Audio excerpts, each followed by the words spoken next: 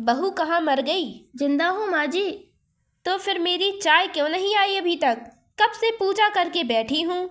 ला रही हूँ माँ जी। बहू चाय के साथ भजिया भी ले आई। सास ने कहा, तेल का खिला खिला कर मारोगी क्या? ठीक है माँ जी, मैं ले जाती हूँ। रहने दे, अब बना दिया है तो खा ही लेती हूँ। सास ने भजिया उठाई और कहा, कितनी गंदी भजिया बनाई है तुमने। माँ जी मुझे कपड़े धोने हैं, मैं जाती हूँ। बहू दरवाजे के पास छिपकर खड़ी हो गई। सास भजिया पर टूट पड़ी और पूरी भजिया खत्म कर दी। बहू मुस्कुराई और काम पर लग गई। दोपहर के खाने का वक्त हुआ। सास ने फिर आवाज़ लगाई, कुछ खाने को मिलेगा? बहू ने आवाज़ नहीं सुनी। सास फिर चिल्लाई, भूखे मारोगी क्या? बहू आई, सामने खिचड़ी रख दी। सास गुस्से से, ये क्या है? मुझे इसे नहीं खाना, ले जाओ इसे। आपको डॉक्टर ने दिन में खिचड़ी खाने को कहा है, खाना तो पड़ेगा ही। सास मुंह बनाते हुए, हाँ तू मेरी माँ बन जा। बहू फिर मुस्कुराई और चली गई। आज इनके घर पूजा थी। बहू सुबह 4 बजे उठ गई। पहले स्नान किया, फिर फूल लाई, माला बनाई, रसोई साफ की, पकवान और भोज तैयार किया। सुबह के 10 बज गए। अब सास भी उठ चुकी थी। बहू अब पंडित जी के साथ भगवान के वस्त्र तैयार कर रही थी। आज ऑफिस की छुट्टी थी। उनके पति भी घर पर थे। पूजा शुरू हुई। सास चिल्लाई, बहू ये नहीं है, वो नहीं है। बहू दौड़ी दौड़ी आती और सब करती। अब दोपहर के 3 बज गए थे। आरती की तैयारी चल रही थी। पंडित जी ने सबको आरती के लिए बुलाया और सबके हाथों में थाली दी। जैसे ही बहू ने थाली पकड़ी, थाली हाथों से गिर गई। शायद भोज बनाते हुए बहू के हाथों में तेल रह गया था, जिसे वो पोंछना भूल गई थी। सारे लोग तरह तरह की बातें करने लगे। कैसी बहू है, कुछ नहीं आता, एक काम भी ठीक से नहीं कर सकती, ना जाने कैसी बहू उठा लाए, एक आरती की थाली भी नहीं संभाली गई। उसके पति भी उस पर गुस्सा होने लगा। पर सास चुप रही, कुछ नहीं कहा, बस यही बोल के छोड़ दिया, सीख रही है, सब सीख जाएगी धीरे धीरे। अब सबको खाना परोसा जाने लगा। बहू दौड़ दौड़ के खाना देती, फिर पानी देती। करीब 70-80 लोग हो गए थे। इधर 2 नौकर और बहू अकेली। फिर भी वह सारा काम बहुत ही अच्छी तरीके से करती। अब उसकी सास और कुछ आस पड़ोस के लोग खाने पर बैठे। बहू ने खाना परोसना शुरू किया। सबको खाना दे दिया। जैसे ही पहला निवाला सास ने खाया, तुमने नमक ठीक से नहीं डाला क्या? एक काम ठीक से नहीं करती, पता नहीं मेरे बाद ये कैसे घर संभालेगी।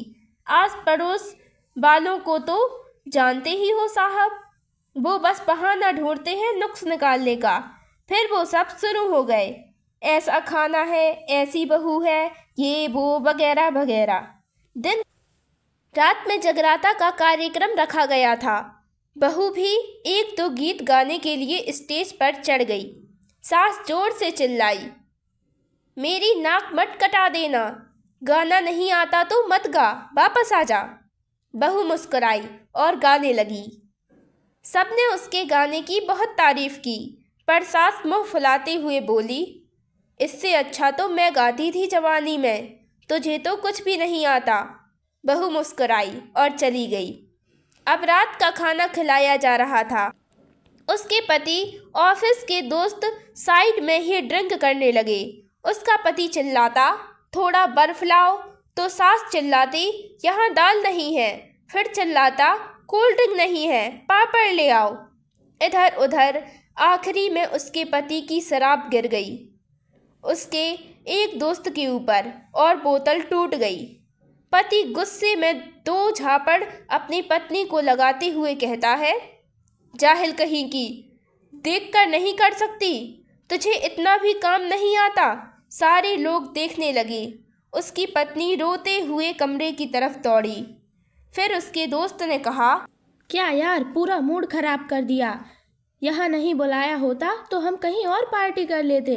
कैसी अनपढ़ गवार बीवी उठा लाया है तू। उसे तो मेहमानों की इज्जत और काम करना भी तक नहीं आता। तुमने तो हमारी बेइज्जती कर दी। अब आस पड़ोस की औरतों को और बहाना मिल गया। वो कहने लगी, देखो क्या कर दिया तुम्हारी बहू ने, कोई काम की नहीं है। मैं तो कहती हूँ अपने बेटे की दूसरी शादी करा दो, छुटकारा पाओ इस गवार से। सास उठी और अपने बेटे के पास जाकर उसे थप्पड़ मारा और कहा, अरे नालायक, तुमने मेरी बहू को मारा। तेरी हिम्मत कैसे हुई, तेरी टांग तोड़ दूंगी। उसके बेटे के दोस्त कुछ कहने ही वाले थे कि उसकी माँ ने घूरते हुए कहा, चुप, बिल्कुल चुप, यहाँ दारू पीने आए हो, जबकि पता है आज पूजा है और तुम्हें पार्टी करनी है। कैसे संस्कार दिए हैं तुम्हारे माता पिता ने। और किसने मेरी बहू को जाहिल बोला? जरा इधर आओ, चप्पल से मारूंगी। अगर मेरी बहू को किसी ने एक शब्द भी कहा तो। अरे पापी, तूने उस लड़की को बस इसलिए मारा कि तेरी शराब टूट गई। पापी, वो बच्ची सुबह 4 बजे से उठी है, घर का सारा काम कर रही है, ना सुबह से नाश्ता किया, ना दिन का खाना खाया, फिर भी हंसते हुए, सबकी बातें सुनते हुए, ताने सुनते हुए घर के सारे काम में लगी है। तेरे यार दोस्तों को वो अच्छी नहीं लगी। जूती से मारूंगी तेरे दोस्तों को अगर उन्होंने फिर कभी ऐसा कहा। उसके यार दोस्त चुपके से खिसक लिए। अब सास बहू के कमरे में गई और बहू का हाथ पकड़कर बाहर लाई। सबके सामने कहने लगी, किसने कहा था अपनी बहू को घर से निकाल दे? दूसरी बहू ले आना, जरा सामने आओ। कोई सामने नहीं आया। फिर सास ने कहा, तुम जानते भी क्या हो इस लड़की के बारे में? ये मेरी माँ भी है, बेटी भी। माँ इसलिए मुझे गलत काम करने पर डांटती है और बेटी इसलिए कभी कभी मेरी दिल की भावनाएं समझ जाती है। मेरी दिन रात सेवा करती है, मेरे 1000 ताने सुनती है, पर एक शब्द भी नहीं गलत कहती, ना ही सामने और ना ही पीठ पीछे। और तुम कहते हो दूसरी बहू ले आऊं? याद है ना छुटकी की दादी, आपकी बहू की करतूत। सास ने गुस्से से पड़ोस की महिला को कहा, अभी पिछले हफ्ते ही तुम्हें मियाँ बीबी भूखे छोड़कर घूमने चले गए थे।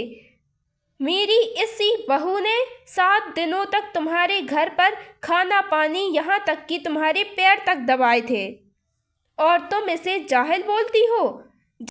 जाहिल तो तुम सब हो जो कोयले और हीरे में फ़र्क नहीं जानते। अगर आइंदा मेरी बहू के बारे में किसी ने भी एक लफ्ज़ भी कहा तो मुझसे बुरा कोई नहीं होगा, क्योंकि ये मेरी बहू नहीं, बेटी है। बहू सिसकियाँ लेते हुए फिर कमरे में चली गई। सास ने एक प्लेट उठाई और भोजन परोसा, बहू के कमरे में खुद ले गई। सास को भोजन लाते देखा तो बहू ने कहा, अरे माँ जी, आप क्या कर रही हैं? मैं खुद ले लेती। सास ने प्यार से ताना मारते हुए कहा, डर मत, इसमें जहर नहीं है, मार नहीं डालूंगी तुझे। तुझे नई सास चाहिए होगी, पर मुझे अभी भी तू ही मेरी बहू के रूप में चाहिए। बहू ने अपने सास को रोते हुए गले से लगा लिया। सास भी रो पड़ी पहली बार और कहा, चल खाना खा ले।